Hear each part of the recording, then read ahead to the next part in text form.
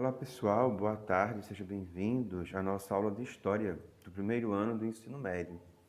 Gente, na nossa matéria de História, nesta unidade nós estamos estudando sobre a história do Brasil.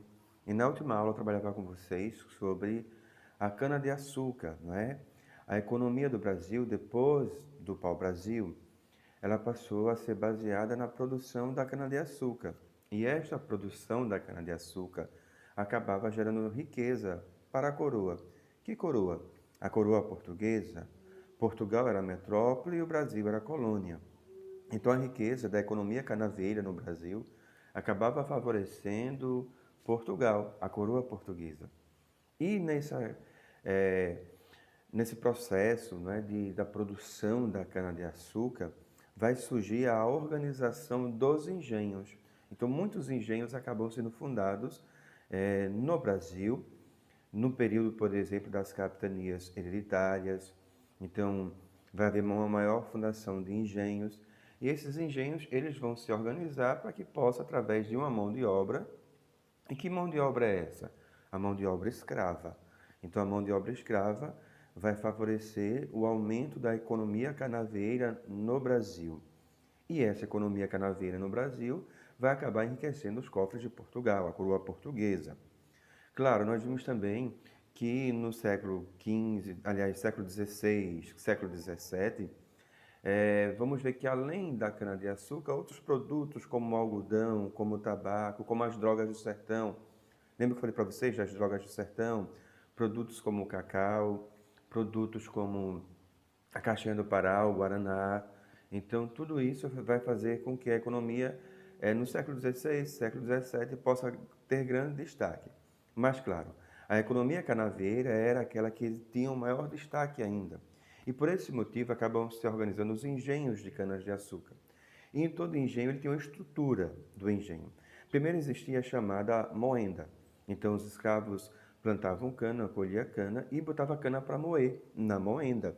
Então essa cana que era moída pegava o caldo da cana e em seguida enviava para a casa da caldeira, ou também chamado de casa da fornalha. Casa da caldeira ou casa da fornalha.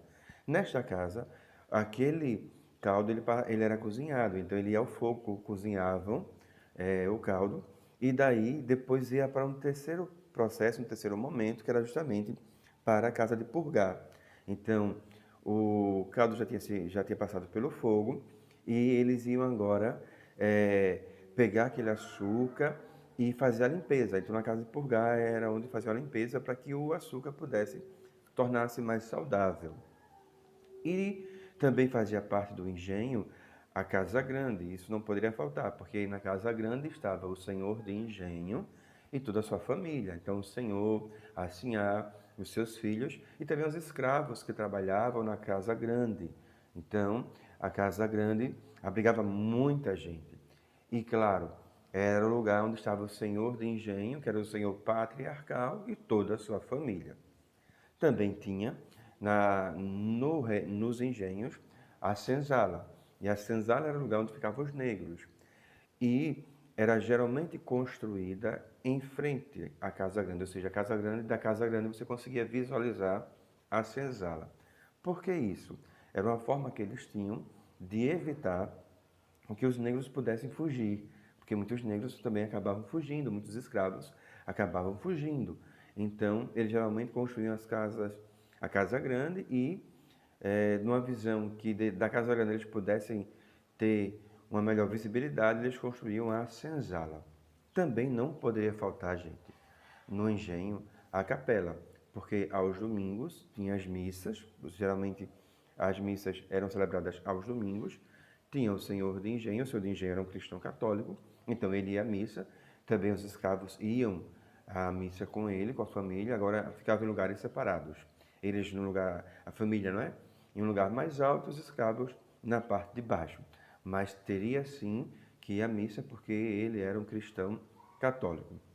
Então, esta é a organização de como funcionavam os engenhos de cana-de-açúcar no Brasil, que acabou gerando grande riqueza para Portugal. É a chamada organização dos engenhos de cana-de-açúcar. Primeiro a moenda, depois vinha a casa da fornalha, e a casa de Purgai em seguida, a casa grande e a senzala, e também teria a capela. Tá ok, pessoal? Por hoje é só. Eu vou terminando a nossa aula por aqui, tá bem? Envio para vocês o material com a ficha resumo, faço o resumo da aula e respondo também o exercício que eu enviei para vocês. Fiquem com Deus e até a nossa próxima aula, se Deus quiser.